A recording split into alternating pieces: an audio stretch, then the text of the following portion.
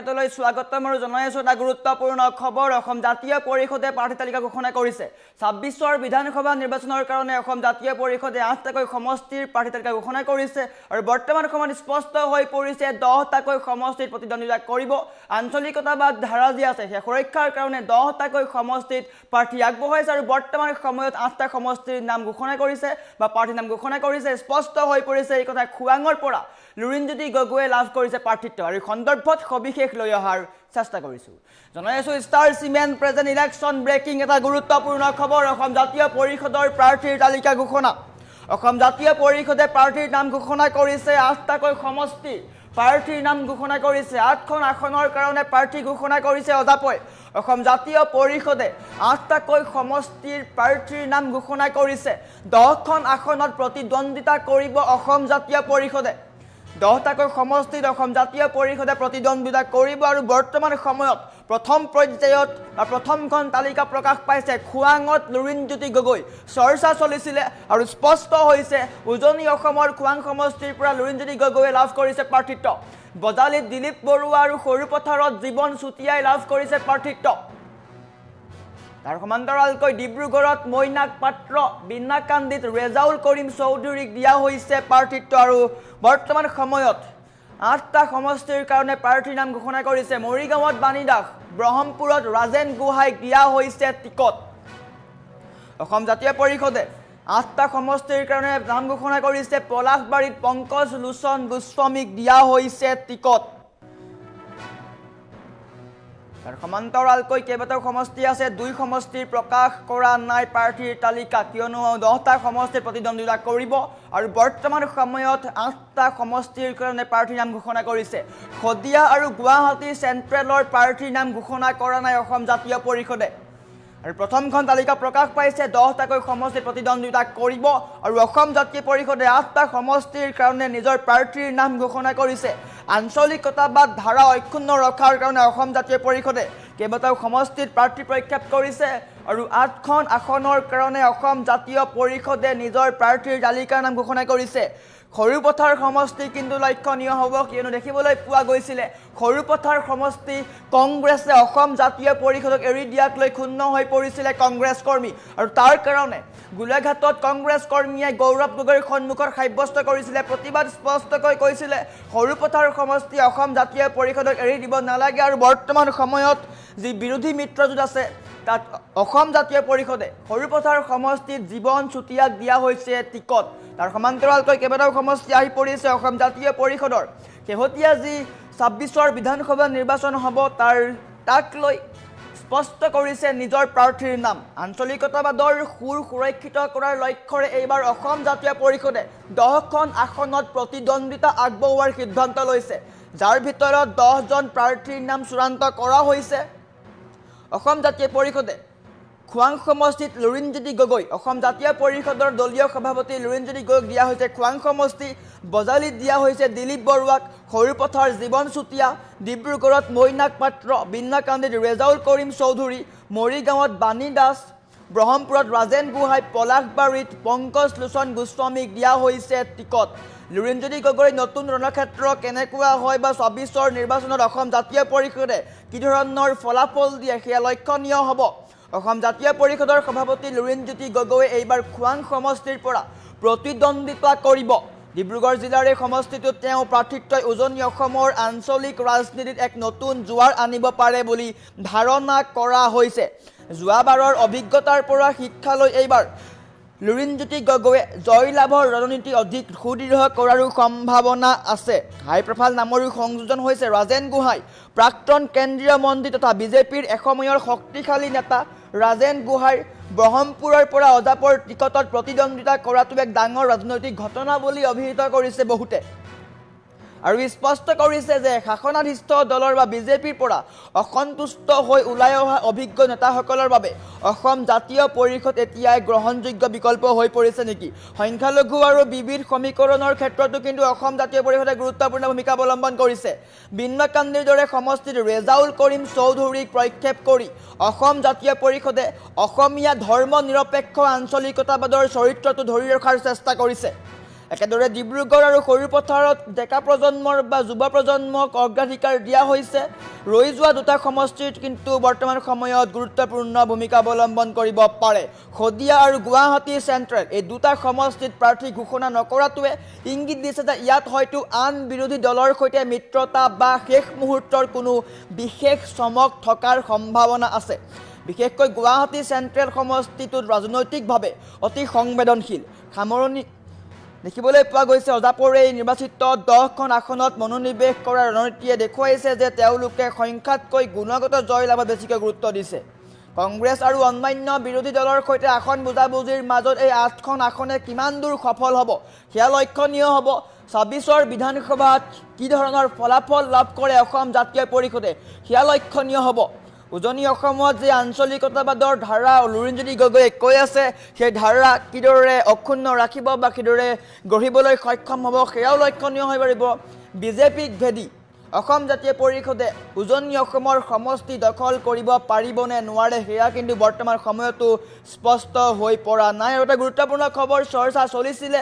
অসম জাতীয় পৰিষদৰ সৈতে কংগ্ৰেছে মিত্ৰতা কৰিছে আৰু বৰ্তমান সময়ত 10টাকৈ সমষ্টিত অসম জাতীয় পৰিষদে নিজৰ প্ৰাৰ্থী আগবঢ়াইছে। বৰ্তমান সময়ত 8টা আসনত বা 8টা সমষ্টিত দিয়া হৈছে প্ৰাৰ্থীৰ নাম আৰু দুটাকৈ সমষ্টিত বৰ্তমান পৰ্যন্ত প্ৰাৰ্থীৰ নাম ঘোষণা কৰা নাই। হয়তো 2 এদিনৰ ভিতৰতে সেই তালিকাও প্ৰকাশ পাব আৰু প্ৰথমখন তালিকাত 8টাকৈ সমষ্টিৰ প্ৰাৰ্থীৰ নাম ঘোষণা কৰিছে আৰু খোৱাঙত লুৰিণজ্যোতি গগৈয়ে লাভ কৰিছে টিকট বা নিজেই প্ৰতিদ্বন্দ্বিতা কৰিব। বজালীত দিলীপ বৰুৱা, সৰুপথাৰত জীৱন চুতীয়া, ডিব্ৰুগড়ত মৈনাক পাত্ৰ, বিন্নাকান্দিত ৰেজাউল কৰিম চৌধুৰী, মৰিগাঁৱত বাণী দাস, ব্ৰহ্মপুৰত ৰাজেন গোহাঁই, পলাশবাৰীত পংকজ লোচন গোস্বামী আৰু এই 8টা যি সমষ্টি আছে এই 8টা সমষ্টিৰ যদি সমীকৰণ চাবলৈ যাওঁ তেন্তে নিশ্চয়কৈ কিন্তু অলপ হ'লেও প্ৰতিদ্বন্দ্বিতা আহিব পাৰে অসম জাতীয় পৰিষদ। কিন্তু বিজেপি আত্মবিশ্বাসী হৈ আছে যে উজনি অসমৰ আটাইকেইটা সমষ্টিত যিকেইটা সমষ্টিত অসম জাতীয় পৰিষদে নিজৰ প্ৰাৰ্থী আগবঢ়াইছে সেইকেইটা সমষ্টিত বিজেপি জয়ী হ'ব বুলি বিজেপি আশাবাদী। কিন্তু কি হয় ফলাফল লক্ষণীয় হ'ব। 9 এপ্ৰিলত নিৰ্বাচন আছে। নিৰ্বাচনৰ পূৰ্বে সকলো সাজু হোৱা দেখিবলৈ পোৱা গৈছে আৰু অসম জাতীয় পৰিষদে প্ৰথমখন তালিকা প্ৰকাশ কৰিছে। প্ৰথমখন তালিকাত 8টাকৈ সমষ্টিৰ প্ৰাৰ্থীৰ নাম ঘোষণা কৰিছে অসম জাতীয় পৰিষদে। আমাৰ ওচৰত যদি মন্তব্য আহি পৰিছে মন্তব্য দেখুৱাৰ চেষ্টা কৰিম। আৰু এনেকৈ বৰ্তমান সময়ত 8টাকৈ সমষ্টিৰ নাম ঘোষণা কৰিছে প্ৰাৰ্থীৰ নাম ঘোষণা কৰিছে অসম জাতীয় পৰিষদে। 8টাকৈ সমষ্টিৰ প্ৰাৰ্থীৰ নাম ঘোষণা কৰিছে অসম জাতীয় পৰিষদে। কংগ্ৰেছৰ সৈতে যি মিত্ৰতা হোৱাৰ কথা আছিল সেয়া সম্পন্ন হোৱাৰ পিছতেই আলোচনাৰ পিছতেই বৰ্তমান সময়ত 8টা সমষ্টিৰ কাৰণে প্ৰাৰ্থী দিছে অসম জাতীয় পৰিষদে।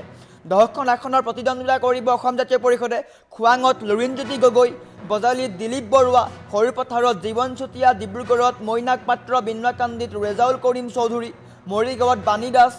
ব্ৰহ্মপুৰত ৰাজেন গোহাঁই, পলাশবাৰীত পংকজ লোচন গোস্বামী আৰু হয়তো যোৱাবাৰৰ যি বিফলতা বা যোৱাবাৰৰ পৰা শিক্ষা লৈ লুৰিণজ্যোতি গগৈয়ে হয়তো কিছু ক্ষেত্ৰত বা কিছু ৰণকৌশল সলনি কৰিব পাৰে আৰু বৰ্তমান সময়ত এইকেইটা সমষ্টিৰ প্ৰাৰ্থীৰ নাম ঘোষণা কৰিছে। আৰু কাইলৈ দিনটোত আটাইতকৈ গুৰুত্বপূৰ্ণ খবৰ বিজেপিয়ে নিজৰ প্ৰাৰ্থী তালিকা ঘোষণা কৰিব। 126টা সমষ্টিৰ প্ৰাৰ্থীৰ নাম ঘোষণা কৰিব বিজেপিয়ে। ইতিমধ্যে দিল্লীত বৈঠক চলিছে আৰু দিল্লীত বৈঠক চলাৰ পিছতেই কাইলৈ দিনটোত হয়তো বিয়লি 4ৰ পৰা 6 বজাৰ ভিতৰত হয়তো বিজেপিয়ে প্ৰাৰ্থী তালিকা ঘোষণা কৰিব আৰু স্পষ্ট হৈ পৰিব বিজেপিৰ প্ৰাৰ্থীৰ তালিকা। আনহাতে কংগ্ৰেছেও কেইবাখনো তালিকা প্ৰকাশ কৰিছে আৰু তৃতীয়খন তালিকাৰ কাৰণে গৌৰৱ গগৈ বৰ্তমান সময়ত দিল্লীলৈ ৰাওনা হৈছে, দিল্লীত উপস্থিত আছে আৰু হয়তো 2 এদিনৰ ভিতৰতে কংগ্ৰেছেও নিজৰ তৃতীয়খন তালিকা প্ৰকাশ কৰিব আৰু 126টা সমষ্টিত দেখিবলৈ পোৱা যাব বিৰোধীত কোন কোন প্ৰাৰ্থী আছে। ৰাইজৰ দলেও কিন্তু নিজৰ প্ৰাৰ্থী তালিকা ঘোষণা কৰিছে আৰু কাইলৈ দিনটোত বিজেপিয়ে নিজৰ তালিকা প্ৰকাশ কৰিব আৰু স্পষ্ট হৈ পৰিব যে শাসক বিৰোধী দুয়োটা পক্ষত 126টা সমষ্টিত কোনকেইটা সমষ্টিত কোনে মোহৰ মাৰিব সেয়া স্পষ্ট হৈ পৰিব। যদি সম্ভৱ হয় মন্তব্য যদি আমাৰ হাতত আহি পৰিছে আমি দেখুৱাৰ চেষ্টা কৰিম।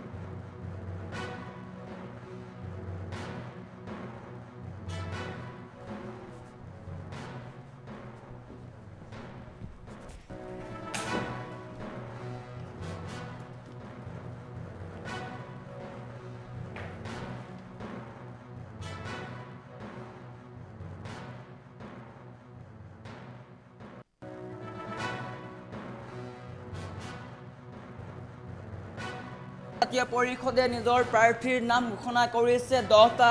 সমষ্টিত প্ৰতিদ্বন্দ্বিতা কৰিব অসম জাতীয় পৰিষদে আৰু বৰ্তমান সময়ত 8খন আসনৰ কাৰণে নিজৰ তালিকা ঘোষণা কৰিছে কেইবাটাও সমষ্টি দিয়া হৈছে প্ৰাৰ্থী তালিকা বিশেষকৈ আঞ্চলিকতাবাদৰ যি সুৰৰ কথা কয় আঞ্চলিকতাবাদৰ যি ধাৰা আছে তাক লৈ কি ধৰণে নিজৰ ৰণকৌশল প্ৰস্তুত কৰে সেয়া লক্ষণীয় হৈ পৰিব আনহাতে সংখ্যালঘু সমষ্টিটো অসম জাতীয় পৰিষদে স্পষ্টকৈ তেওঁলোকৰ দৃষ্টি নিবদ্ধ ৰাখিছে আৰু বিন্নাকান্দি সমষ্টিত ৰেজাউল কৰিম চৌধুৰীক দিয়া হৈছে টিকট আনহাতে ৰাজেন গোহাঁইৰ ক্ষেত্ৰতো কিন্তু চাবলগীয়া হ'ব যুঁজখন কিয়নো প্ৰাক্তন মন্ত্ৰী আৰু বিজেপিৰ পৰা পদত্যাগ কৰা ৰাজেন গোহাঁই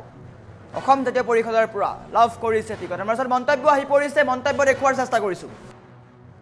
সহমতত উপনীত হৈছোঁ 10টা সিট ইতিমধ্যে চূড়ান্ত হৈছে আমাৰ দলক ইতিমধ্যে এই 10টা সিট আমি খেলাৰ সিদ্ধান্ত হৈছে তাৰ উপৰিও আৰু 2এটা সিটত আলোচনা চলি আছে 2এটা সিটত পোনপটীয়াকৈ প্ৰতিদ্বন্দ্বিতা কৰাৰ কাৰণে আলোচনা আৰু 2এটা সিটত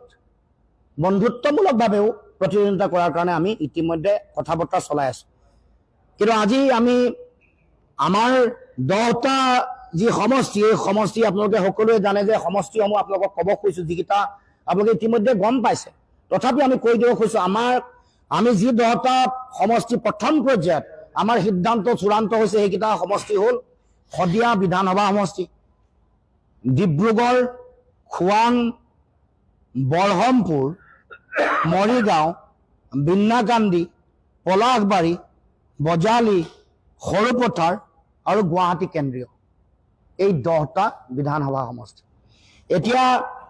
এই 10টা বিধানসভা সমষ্টিত যিসকল প্ৰাৰ্থীয়ে প্ৰতিদ্বন্দ্বিতা আগবঢ়াব তেখেতসকলৰ নাম মই আপোনালোকৰ আগত ব্যক্ত কৰিব খুজিছোঁ প্ৰথমে খোৱাং বিধানসভা সমষ্টি দলৰ সভাপতি মই লুৰিণজ্যোতি গগৈ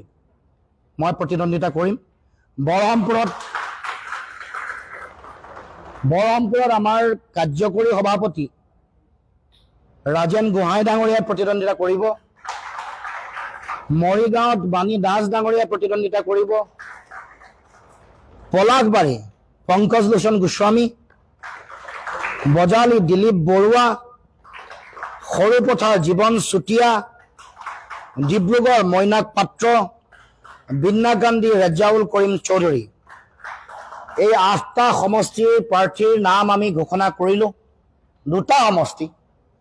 এটা শদিয়া আৰু এটা গুৱাহাটী কেন্দ্ৰীয় এই 2টা আজি আমি ঘোষণা কৰা নাই এতিয়া শদিয়া সমষ্টি সম্পৰ্কত আমাৰ দলৰ সাধাৰণ সম্পাদক ডাঙৰীয়াই আপোনালোকক ক'ব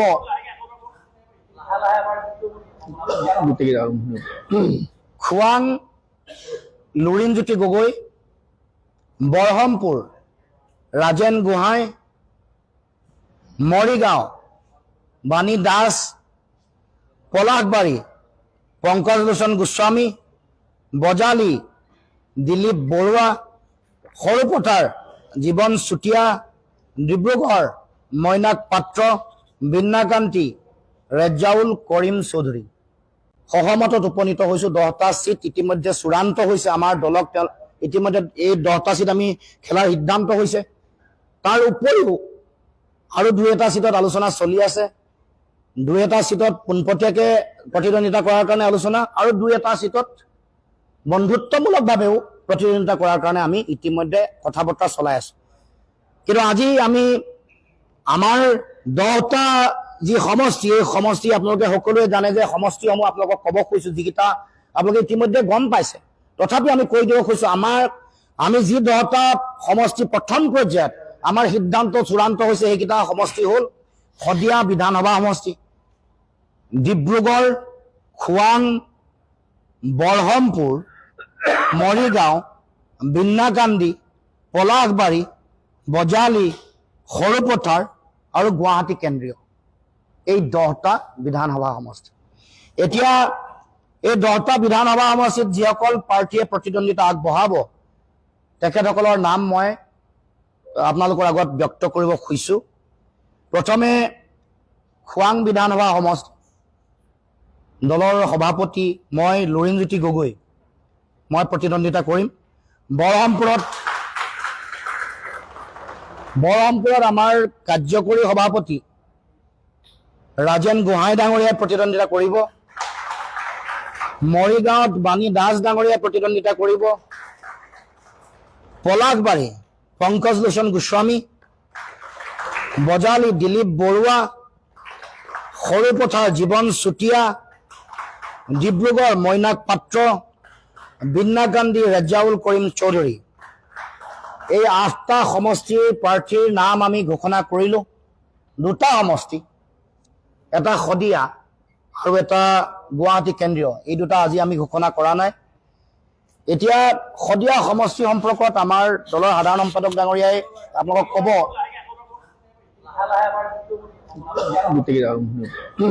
খোৱাং লুৰিণজ্যোতি গগৈ, বৰহমপুৰ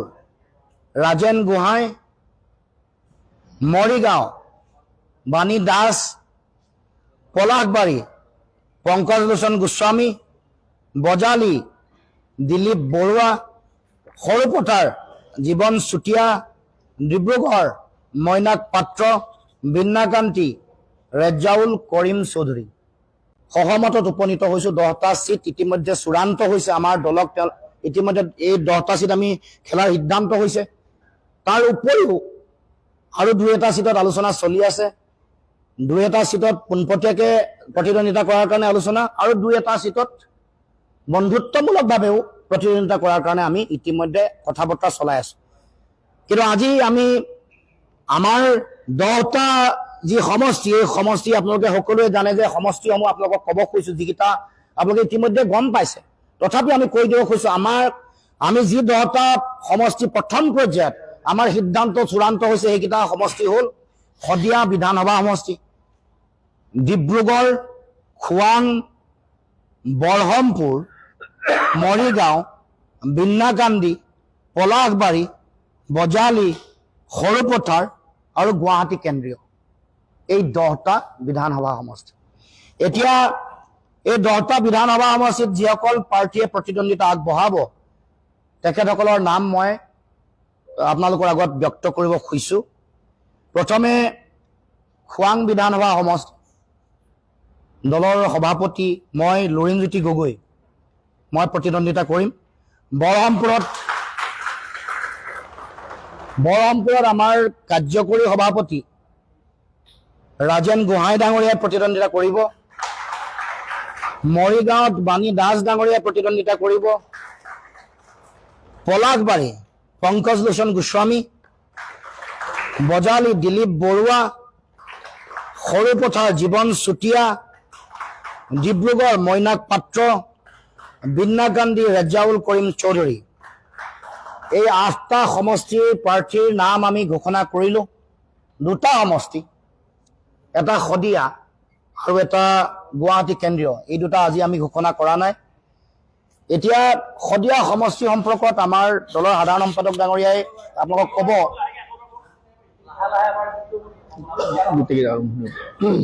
খোৱাং লুৰিণজ্যোতি গগৈ, বৰহমপুৰ ৰাজেন গোহাঁই,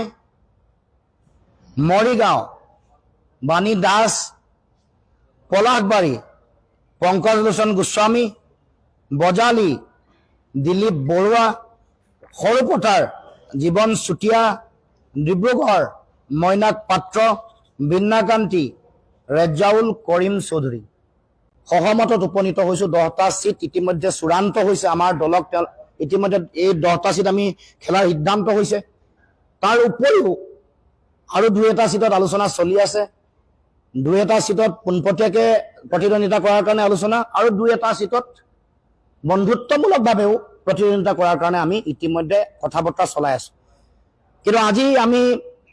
আমাৰ 10টা যি সমষ্টি, এই সমষ্টি আপোনালোকে সকলোৱে জানে যে সমষ্টিসমূহ আপোনালোকক ক'ব খুজিছোঁ, যিকেইটা আপোনালোকে ইতিমধ্যে গম পাইছে। তথাপি আমি কৈ দিব খুজিছোঁ, আমি যি 10টা সমষ্টি প্ৰথম পৰ্যায়ত আমাৰ সিদ্ধান্ত চূড়ান্ত হৈছে, সেইকেইটা সমষ্টি হ'ল শদিয়া বিধানসভা সমষ্টি, ডিব্ৰুগড়, খোৱাং, বৰহমপুৰ, মৰিগাঁও, বিন্নাকান্দি, পলাশবাৰী, বজালী, সৰুপথাৰ আৰু গুৱাহাটী কেন্দ্ৰীয়, এই 10টা বিধানসভা সমষ্টি। এতিয়া এই 10টা বিধানসভা